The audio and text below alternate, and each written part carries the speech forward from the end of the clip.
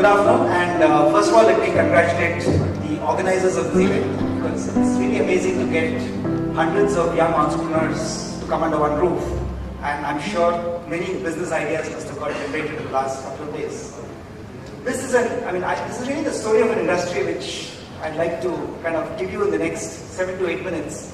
More not from looking at history, but more from telling you what kind of discontinuities, there are in global enterprises which has created our industry. I still remember I entered the information technology industry in India in 1985. That time it was just two companies. There was Tata Consultancy Services, which is our largest company today, and Infosys, which started in 1981. And of course there were other companies like Wipro and HCL, etc., which are here today. And I still remember the industry association, which represents 90% of our industry, NASSCOM, was actually set up in the late 80s, even into the 90s, because it just finished 20 years. And when NASSCOM was created, this industry was less than $1 billion in terms of revenue. This is probably the industry which has grown the fastest in any country across any sector, because last year we clocked $85 billion of revenue. Most of it exports. Almost 75 billion out of that is exports to advanced countries. More important, and I think this is the opportunity for all of you here, it is working on leading edge areas, and I'll explain to you what kind of areas. I think Srinivas has already mentioned some technologies. I'll explain to you how young entrepreneurs have created businesses out of these ideas.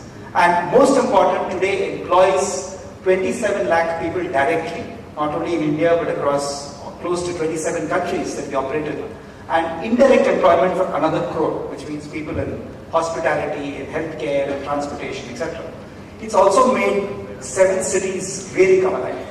I live in the city of Pune. I still remember when 2001, 10 years back when I moved to Pune, the entire software exports of Pune was less than probably 2,000 crores. Last year we did 36,000 crores. Also changed the entire dimension of Pune. Of course, some old Puneites hate us, because they think that because of us there's too much pollution, too much traffic, etc. But the overall prosperity, the spending capability, the aspiration level of young India, I think a lot of it is due to the IT industry. Interestingly, people keep asking us, so what made this phenomenon happen? I still remember the first Minister for Information Technology was a gentleman whom some of you in Mumbai would have met, called Pramod Mahajan, who unfortunately died a few years ago. Pramod used to say, when he first became minister, and somebody asked him the same question, right here, not at this hotel, but at the adjoining hotel, in the Leela.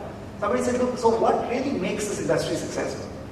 And his point was, and this was around the time when two young ladies, Sushmita Sen and Aishwarya Rai, became Miss Universe and Miss World respectively. And he said there are only 2 industries out of India which have acquired truly world class. One is IT and the other is beauty. And Pramod's logic was that India never had a Ministry of IT nor a Ministry of Beauty, and because of that they became world class.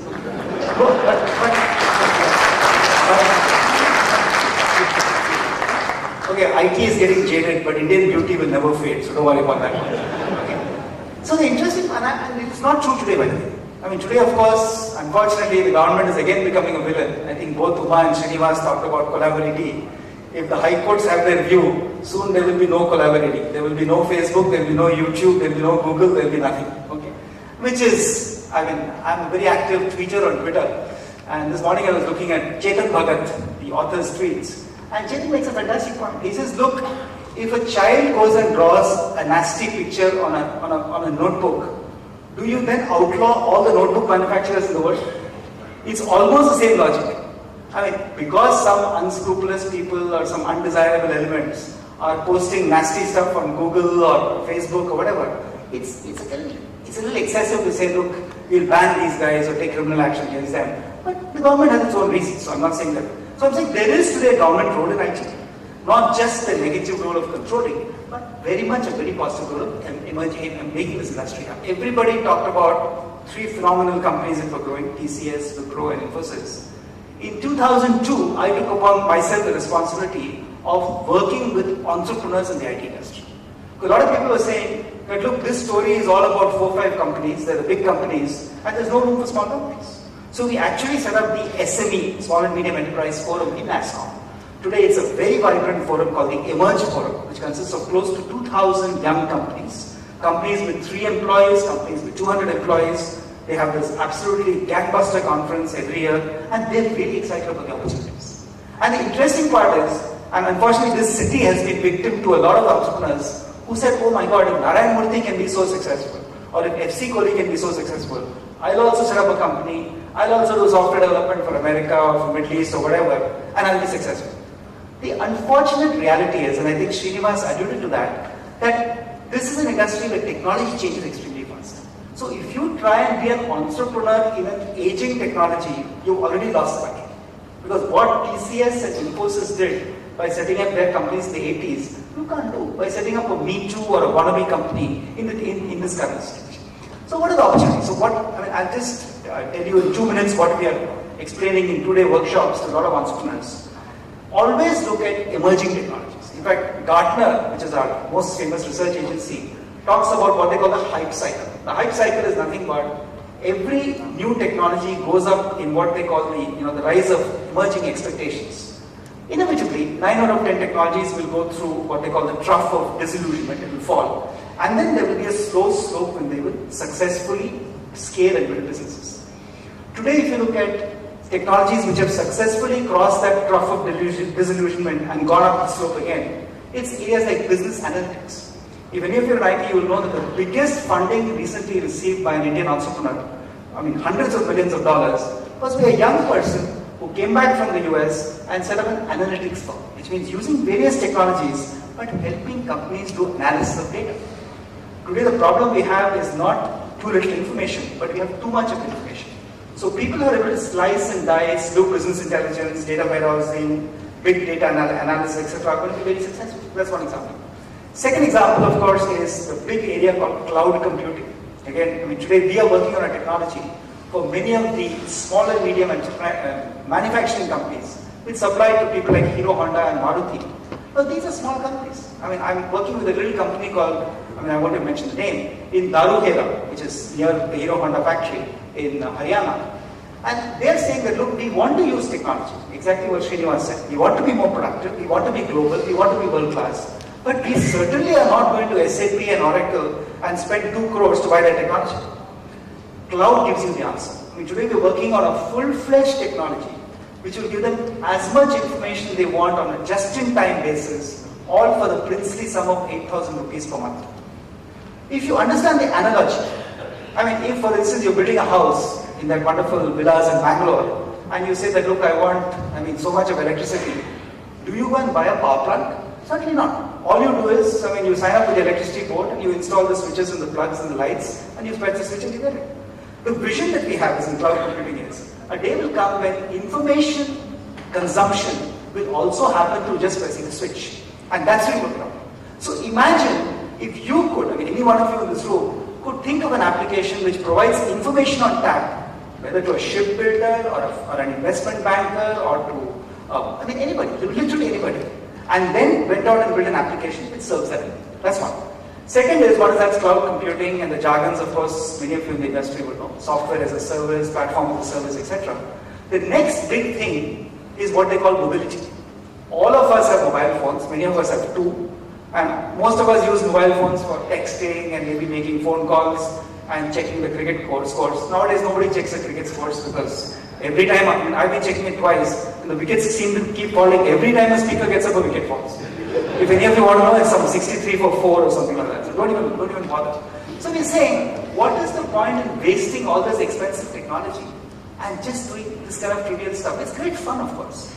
So there's a huge opportunity out there. In NASSCOM itself, we're finding 800 companies today who are working on mobility and wireless solutions. And mobility is the way to go. Today, if you're, let's say, he mentioned Pipavav Port, for instance. If you're a shipper, there's absolutely no reason for you to be in office. If all the information is served up on your mobile phones, and all the mobile phone companies, whether it's Vodafone or whoever, comes in and makes that happen for you, I think that will be a great advantage. The third, and probably equally important, is social media. Today when we talk about Facebook and YouTube and Twitter and LinkedIn, all we think about is personal social networking. Many companies are saying we have to ban Facebook. People should not use Facebook when they come to office because it's a diversion from time. People like us are saying, how do we take the power of Facebook and bring it to the office? So today we, in fact, have become a partner of Google, and Google Docs, Google Media, there's a whole bunch of stuff which is actually ideal for enterprises. Because just to give you an example, I mean, I talked about 27 lakh young people in this organization. I'm waiting for somebody, hopefully it's one of you in this room, who will come up with an application which says that if you're a 30-year-old worker in this IT industry, we'll give you a Google Docs program, very similar to Facebook, where if you want information about the industry, just get into the first circle of Google, and that will give you all the information on a pull-down basis that you need. Get into the second circle, you'll get all the information you need about your company, whether it's policies, HR policies, how to make an expense claim. You come to the third, you'll get all information about colleagues. You're working on a project, you want 3 people with this kind of expertise, everything available. So imagine that what you use Facebook for today, which is connecting up, knowing what your friends are doing, if it got converted to the corporate context, the industry context, the sector context, how powerful that would be. So I'm just saying, if we use our imagination, we're finding there is a plethora of opportunities out there. Our belief is, and I'll end with this, that in our industry, if you look at technology, it is continuous. I mean, it started off with traditional, boring technologies. It moved on to what we find as the whole ERP phenomenon, the Oracles and the SAPs and the Microsoft. It's now moving on to another jargon called close-so-mo, which is cloud, social media, and mobility. And it will keep changing. But if you keep your ears and eyes open, listen to what that 12-year-old in your house is telling you and say, hey, maybe there's a business opportunity in this, then you can make anybody's dreams come true. Let me end with a small anecdote which we used to keep saying in NASSCOM. And this is a story of, I mean, it is actually a story that we keep saying when we say, what makes an Indian entrepreneur so successful, especially in the IT industry? So I still remember the first president of NASSCOM, a gentleman called Devang Mehta, who unfortunately is no more today. Devang used to have this wonderful answer to what makes an Indian software guy so entrepreneurial. And he talked about, there was this big multinational company which one day decided that they need a CPA, I mean a kind of global financial accountant.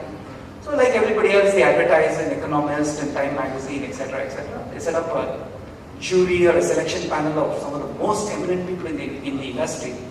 And they get these 20,000 applications for the global CFO's post. Finally, they shortlisted down, and they say that, look, we've got 3 people on the shortlist. One is a Frenchman, the other is an American, and the third is, of course, an Indian right here from the city of Mumbai. And they call them for an interview to Switzerland. And they all come. So first comes a Frenchman, and the whole panel of 8 people are there, and they ask him a very fundamental question. So he says, can we ask you, what is 2 plus 2? He says, what? This is a global financial controller's job and you're asking me what is 2 plus 2? He said, yeah. He said, I'm completely insulted, I'm obviously here for the wrong job, so he gets up and storms. I say, okay, you don't want the job, you don't want the job. Next comes the American. So he also sits down and they ask him the same question, saying, what is 2 plus 2? American says, oh, give me a minute. So he takes out his latest laptop, opens up the spreadsheet, Excel, puts 2 in one cell, puts 2 in the other cell, and he goes, oh, it's 4. He said, yeah, absolutely, that's the right answer. Will you please wait, because we have this young Indian Agnello from Mumbai who is down. So here comes Agnello. Agnello comes in and sits down, and they ask him the same question. Saying, Agnello, what is 2 plus 2? So Agnello is really smart. Remember, he's a young Christian entrepreneur. Okay? So he comes very close to the panel and says, what do you want it to be? So unfortunately, in the Indian context today, I mean, it smacks of corruption and all those things. So I must say that. The point I'm making is, ultimately an entrepreneur, doesn't matter which country you come from, which sector you come from, is successful not because you put up a placard and said, oh, this is what I do, this is what I do. Okay? But when you know what is the changes you expect, what are the technology changes, what are the business changes, and then you build your solutions, and then nobody can stopping you from being the next millionaire in the market. Thank you very much.